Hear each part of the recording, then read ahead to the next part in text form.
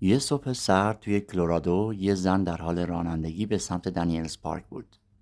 همینطور که اون داشت از پنجره منظره های اطراف رو تماشا میکرد، متوجه جسد یه زن شد که کنار جاده تو یکی از اون مزارع افتاده بود. اولش فکر کرد که اشتباه میکنه و به راهش ادامه داد، اما کمی جلوتر یه کارگر رو دید که تو جاده مشغول به کار بود. موضوع رو براش تعریف کرد و دوتایی به این نتیجه رسیدن که بهتره تا با پلیس تماس بگیرن.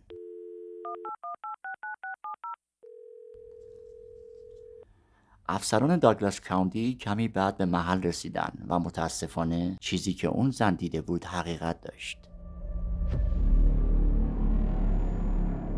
اونا جسد یه دختر جوون رو پیدا کردن که به نظر می رسید حدوداً 20 سال داشته باشه. تو صحنه جرم میشد رد پای دو نفر رو دید که تا یه جا کنار هم راه رفته بودن و از یه جا به بعد یکی از این رد پاها دیگه نبود.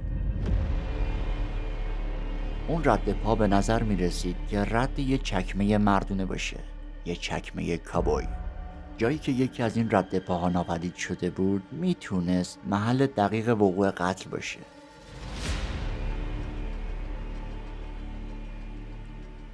هلن از اعضای دبیرستان همیلتون در ماساچوست بود، شهر کوچیکی در شمال باستون. اون کوچکترین فرزند بین سه فرزند خونه بود. یه دختر فوق‌العاده فعال، دوست داشتنی، اجتماعی و علاقمند به دراما، موسیقی و خوانندگی که اتفاقا صدای خیلی خیلی خوبی هم داشت.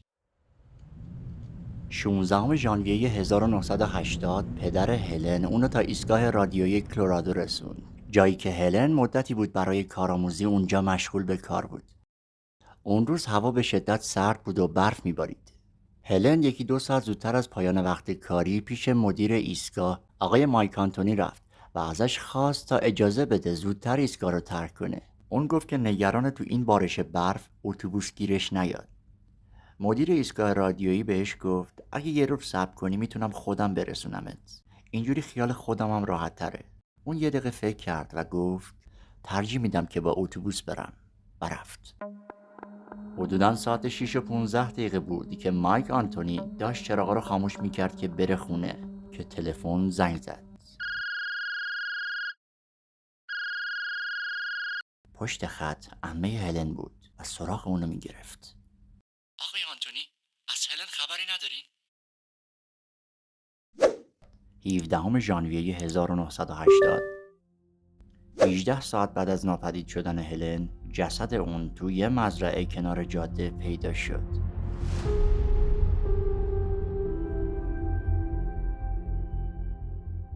ساعت 6 بعد از ظهر. 9 ساعت بعد از کشف جسد تو پزشکی قانونی مشخص شد که اون 9 ضربه عمیق چاقو از پشت دریافت کرده. هر دو ریه اون از بین رفته بودن و علت مرگ خونریزی اعلام شد. همچنین مشخص شد که پیکر هلن مورد تجاوز هم قرار گرفته، چرا که یه لکه خشک شده از منی هم روی جسد کشف شد. تو اون زمان یعنی سال 1980 هنوز تکنولوژی تشخیص دی به شکل جدی وارد تحقیقات پلیس نشده بود، اما شواهد این چنینی بایگانی می شدن. تمامی شواهد نشون میداد که این قتل هیجانی اتفاق افتاده بود، یعنی یا از سر تنفر یا کینه و یا ترس. این قتل با 9 ضربه عمیق چاقو از پشت سر رخ داده بود. وجود دو رد پا کنار هم حاکی از اینه که قاتل و مقتول داشتن کنار هم قدم میزدن. با این اوصاف یا اونا همدیگر رو میشناختن و خیلی هم به هم اعتماد داشتن که داشتن اون ساعت اونجا با هم قدم میزدن، و یا اینکه قاتل مقتول رو به هر نحوی یا تطمیع کرده یا ترسونده. و اما بیایم برگردیم به پرونده و ببینیم که در ادامه آیا سرنخهای دیگه‌ای هم به دست خواهد اومد و اینکه نهایتاً پلیس چطور این پرونده رو جمع میکنه. خب هلن تازه چند ماه بود که به این شهر اومده بود و به جز پدر و عمش با هیچ کسی رابطه نزدیک و صمیمی نداشت. اما به هر حال پلیسا لیست تمام افرادی که توی رادیو کار میکردن رو از مایک آنتونی گرفت و شروع به مصاحبه با تک تک اونا کرد. کاراگاه‌ها برای هر اطلاعات مفیدی که بتونه گره‌ای از این پرونده باز کنه مبلغ $10,000 تعیین کرده بودن. یه روز یه خانومی با اداره پلیس تماس گرفت و ادعا کرد که یه مردی رو تو محل حادثه دیده که به شکل مشکوکی کنار جاده پارک کرده و مدت هاست از داخل خودرو داره به بیرون نگاه میکنه. اون زن به اداره پلیس رفت تا مشخصات فردی رو که دیده بود گزارش کنه، اما خیلی جزئیات به درد بخوری یادش نیومد. بنابراین پلیسا با کمک روانکاو و با استفاده از تکنیک‌های هیپنوتیزم تلاش کردند تا یه تصویر نسبتاً قابل قبول از اونچه که اون زن از فرد مشکوک دیده بود رو ترسیم کنن و نتیجه شد این عکس. یه مرد سفید پوست با موهای ضخیم و با سیبیلای پهن که خب چنین تصویری تو دایره مظنونین پلیس نبود. اما واقعا چه کسی، چرا و چطوری این دختر 20 ساله رو به قتل رسونده بود؟ زمانی که برای اولین بار این سوال مطرح شد، هیچ کس فکرشو نمی کرد که باید برای رسیدن به جواب اونا 39 سال صبر کرد. با گذشت سالها و پیشرفت تکنولوژی، ابزارها و روش‌های جدید هم جای خودشو توی آزمایشگاه قضایی و قانونی باز کرد و سبب شد تا بعد از سالها کاراگاه‌ها یکی یکی به سراغ پرونده‌های راکدی برن که قبلا نتونسته بودن مدارکشو رمزگشایی کنن. تو این پرونده کاراگاه‌ها از روی لکه خشک شده منی قاتل که بایگانی شده بود موفق شدن تا دی ان ای اونو به دست بیارن و بعد از اون با رجوع به سایت‌های تبارشناسی تجاری مثل ancestry.com و بر اساس شاخص سانتی مورگان موفق شدن نزدیکترین دی ان ای موجود به دی ان ای قاتل رو پیدا کنن. به نظر می رسید که احتمالاً این دی ان ای متعلق به مادر قاتل باشه. لازم به ذکره که خیلی کوتاه اگه بخوام بگم، سانتی مورگان یه واحد برای مقایسه و اندازه‌گیری دی ان ای هست که هرچی عدد سانتی مورگان بالاتر باشه نسبت خونی نزدیکتری بین دوتا دی ان ای وجود داره. سرانجام تو ماه مارچ سال 2019 پلیسا به سراغ تبارشناسی و هویت اون مادر رفتن تا از طریق شناسایی اون به هویت و اسم و فامیل بچه‌های اون برسن. خیلی زود مشخص شد که اون مادر 8 فرزند داشت. خب دخترها که همون اول حذف می شدن چون که نمونه برای یه مرد بود. از 4 تا پسر 2 تا از پسرای اون فوت کرده بودن و 2 تای دیگه تو همون بچگی به عنوان فرزند خونده به یه خانواده دیگه سپرده شده بودن. کار یکم سخت شده بود اما شدنی بود. پلیسا و کارآگاه‌ها از روی اسناد قدیمی سعی کردن تا رد اون پسرا رو بزنن. اونا بالاخره موفق شدن تا نشونه‌ای از این مادر و 2 تا پسراش توی یه روزنامه خیلی قدیمی پیدا کنن. حالا دیگه با شناخته شدن این 2 پسر، یکی دیگه از اونا هم از لیست خط خورد. چرا که دی ان ای این پسر قبلا توی آرشیو پایگاه داده ها بود و پلیس بعد از بررسی متوجه شد که این دی ان ای با نمونه پیدا شده توی صحنه قتل تطابق نداره. الان دیگه تنها یه گزینه باقی مونده بود. پسر کوچیکتر خانواده به اسم کوردیس آلن وایت. کوردیس قبل از سال 1980 یه بار بابت تهدید با چاقو به همراه تجاوز به زندان رفته بود. اما همونطور که اشاره شد تو اون سالا دی ان ای مجرما رو هنوز طبقه بندی نمی‌کردن و نکرده بودن. برای همین بود که کاراگاه‌ها موفق نشدن بلافاصله بعد از به جریان افتادن پرونده دی ان ای اون رو توی بایگانی مچ کنن. کوردیس برای چنین جرم سنگینی یعنی تجاوز و تهدید با چاقو مجازات زیادی نکشید و بلافاصله بعد از آزادیش به کلرادو رفت. بیاین یه نظمی به ذهنمون بدیم.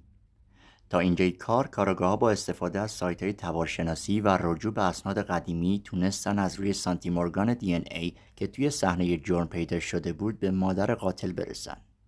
اون زن 8 فرزند داشت. یکی یکی بچه‌ها حذف شدن تا به یه نام رسیدیم. کوردیس آلن وایت. متوجه شدیم شخصی با این نام یه متجاوزه که سابقه تجاوز اون به قبل از 1980 برمیگرده. حالا نیاز بود تا پلیسا به محل زندگی کوردیس برن تا اونو بازداشت کنن. اما شخصی با چنین اسمی توی کشور امریکا نبود. پلیس این بار به مدارک زندان اون قبل از 1980 رجوع کرد تا بلکه بتونه با برداشتن اثر انگشت رد اون از طریق اثر انگشتش هم دنبال کنه و این بار متوجه شدن که صاحب اون اثر انگشت داخل امریکاست و تو فلوریدا زندگی میکنه، اما اسمش کوردیس آلن وایت نیست. کوردیس بعد از آزادیش از زندان نام خودشو به جیمز کوردیس کلنتون تغییر داده بود. البته که اون تو سال 1998 هم با نام جدیدش به دلیل خشونت خانگی دستگیر شده بود. و اما یکی از قسمت‌های جالب پرونده وقتی تصویر جیمز کوردیس کلینتون رو کنار اون تصویری که اون زن 39 سال پیش با هیپنوتیزم چهره نگاری کرده بود بذاریم، نتیجه حیرت آوره. پلیسا به فلوریدا، یعنی جایی که کوردیس زندگی میکرد، رفتن و اون رو با خودشون برای یه بازجویی به اداره پلیس بردن.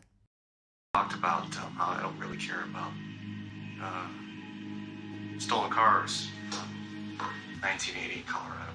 We do care about a young woman, Colorado in 1980, and we want to show you a picture of her and see if you recognize her.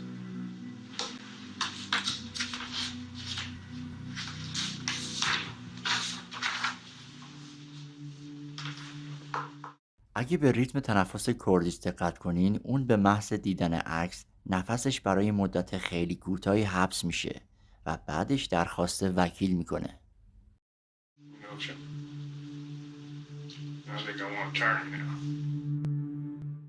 با وجود این مدارک، پلیسا شکی ندارن که با خود قاتل روبرو هستن. We actually do have a warrant for your arrest for first-degree murder and kidnapping. For what? First-degree murder and kidnapping. You got the wrong guy. We actually have your DNA in her on her. When you are under arrest, we're going to be turning you over to the custody of the Union County Sheriff's Office at this point, where you'll be held without bond pending extradition. به هر حال اونا کوردیس رو بازداشت میکنن و با یه پرواز به سمت کلرادو میرن، یعنی جایی که قتل رخ داده بود. در طول این پرواز 6 ساعته خود کوردیس سر صحبت باز کرد و از 16 ژانویه 1980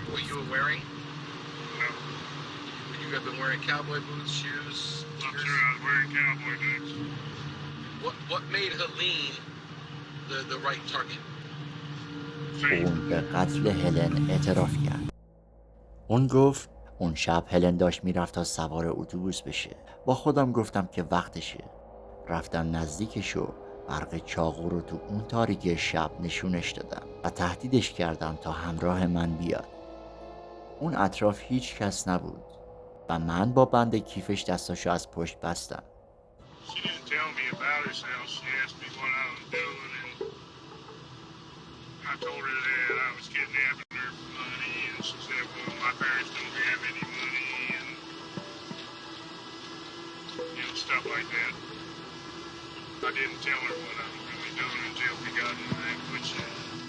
تو تمام این مدت افسر پرونده مشغول ضبط صدای کوردیس، البته با اجازه خودش بود.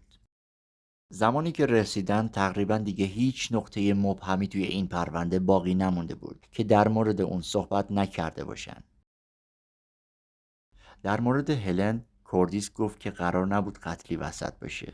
اون گفت که فقط قرار بود اون دختر رو بدزدم، بهش تجاوز کنم و همین.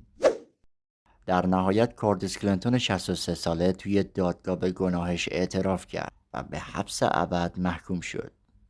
البته که اون بعد از گذشت 20 سال، یعنی سن 83 سالگیش، شرایط آزادی مشروط رو خواهد داشت.